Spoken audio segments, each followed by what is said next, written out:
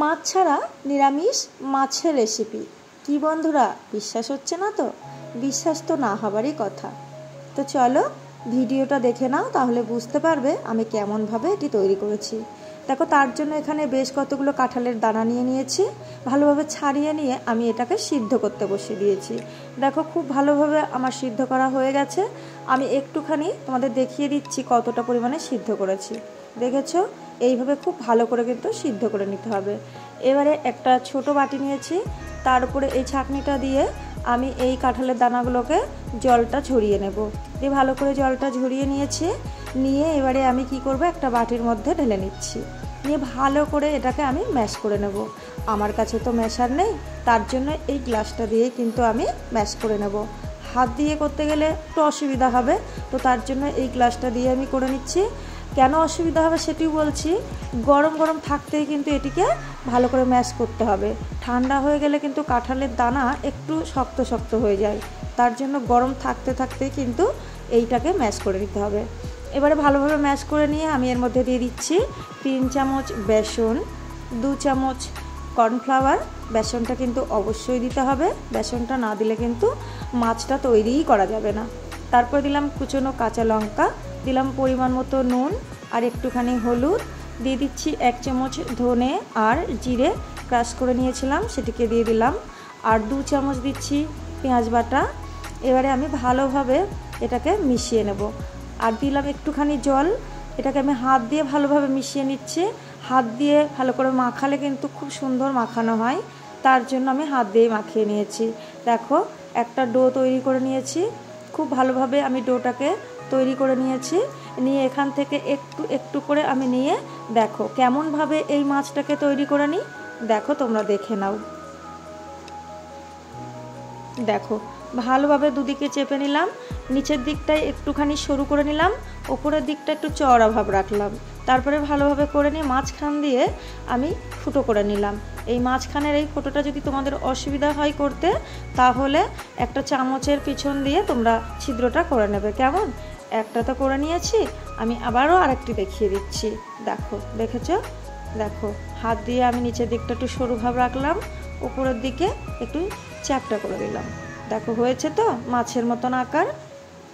দেখো, এবারে একে একে আমি যে কটা মাছ রেডি করে নিয়েছি সে কটা আমি প্লেটের উপর রেখে দিচ্ছি।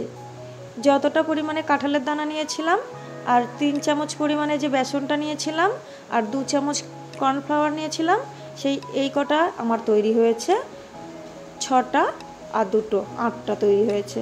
এবারে ভালোভাবে কড়াইটা গরম করে নিয়ে কড়াইয়ের মধ্যে বেশ খানিকটা সর্ষের তেল দিয়ে দিলাম। দিয়ে ভালো করে আমি কড়াইটার চারিপাশে ছড়িয়ে নিলাম। নিয়ে এবারে আমি একে একে মাছগুলোকে ছেড়ে দিচ্ছি। কি বলবো বন্ধুরা তোমাদের, আমি ভাবতেই পারিনি যে এই কাঁঠালের দানা দিয়েও মাছ করা যায়। তোমরা একবার দেখো, আমার মনে হয় তোমাদেরও খুব সুবিধা হবে করতে। আমি তো প্রথমে ভয় পেয়ে গেছিলাম যে আদৌ কি এই মাছটা আমি তৈরি করতে পারবো, কিন্তু না বন্ধুরা, এত সুন্দরভাবে মাছটা রেডি করে নিলাম তোমরা ভাবতেই পারবে না। দেখেছো কি সুন্দরভাবে আমি ভেজে নিয়েছি, একদম কিন্তু কড়াইতে লাগেনি। আর একটা মাছের সঙ্গে আর একটা মাছও কিন্তু আটকে যায়নি। দেখো, একবার আমি তুলে নিলাম, নিয়ে আবারও দিলাম। দেখো, এখানে কিন্তু মাছটা ভাজতে গেলে খুব বেশি কিন্তু মাছ দেবে না। যেহেতু আমার এখানে 8টা হয়েছিল, তার জন্য আমি দুবারে বেশ ভালোভাবে দিয়ে দিলাম।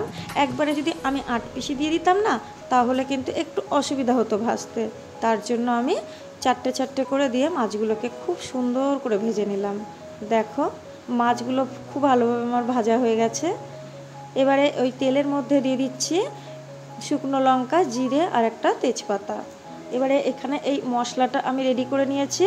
মশলাটা তোমরা দেখে নাও, লিখে দিচ্ছি কি কি দিয়ে আমি এই মশলাটা রেডি করে নিয়েছি। এবারে দেখো, এই মশলাটা দিয়ে দেবো। তার আগে আমি দিয়ে দিচ্ছি বেশ খানিকটা কুচনো পেঁয়াজ। এখানে 1.5 খানা কুচনো পেঁয়াজ আছে, একটা বড় সাইজে আর একটা বড় সাইজের হাফ। দিয়ে ভালো করে ভেজে নিয়েছি। নিয়ে এবারে এই মশলার মিশ্রণটা আমি এর মধ্যে দিয়ে দিলাম। তারপরে একটুখানি নুন আর একটু হলুদ দিয়ে দিলাম, আর একটুখানি চিনি দিয়ে দিলাম। চিনিটা দিলে কি হয় বলো তো, টেস্ট ব্যালেন্স হয়, মানে ভালোই লাগে খেতে। যারা চিনি খাও তারাই বুঝবে। তো ভালোভাবে দেখো, মশলার সাথে আমি এই পেঁয়াজটা দিয়ে খুব সুন্দর করে ভালোভাবে আমি কষিয়ে নিয়েছি। তারপরে পরিমাণ মতো জল দিয়ে দিলাম, দিয়ে জলটা যেই ফুটে উঠবে তারপরে আমি মাছগুলো কিন্তু দিয়ে দেব। দেখো জল ফুটে ওঠার সাথে সাথেই কিন্তু মাছ দিতে যাবে না, তাহলে কিন্তু মাছ ভেঙে যাবে। নামানোর একটুখানি আগে মাছগুলো দেবে, দিয়ে একটুখানি ফুটিয়ে নেবে, তারপরে নামিয়ে নেবে। কেমন? এবারে দেখো ভালোভাবে ফুটে উঠেছে, একটুখানি গরম মশলা দিয়ে দিলাম, দিয়ে আবারও একটু খুন্তি দিয়ে ভালো করে মিশিয়ে নেব। গরম মশলাটাকে ভালোভাবে মিশিয়ে নিয়ে আমি কিন্তু নামিয়ে নেব। তো বন্ধুরা দেখেছো কত সুন্দরভাবে আমি এই কাঁঠাল দানার বীজ দিয়ে মাছটাকে রেডি করে নিলাম। কেউ বুঝতেই পারবে না যে এটা মাছ না অন্য কিছু। তোমাদের দাদাভাই তো বুঝতেই পারিনি, আমি ওনাকে দেখাচ্ছি, উনি ভাবতেই পারিনি যে এটা অরিজিনাল মাছ কি মাছ না। তো চলো বন্ধুরা আজ যাওয়া যাক, আমি আবার আরেকটি সুন্দর রেসিপি নিয়ে তোমাদের মাঝে হাজির হয়ে যাব। ততক্ষণে তোমরা সবাই ভালো থেকো।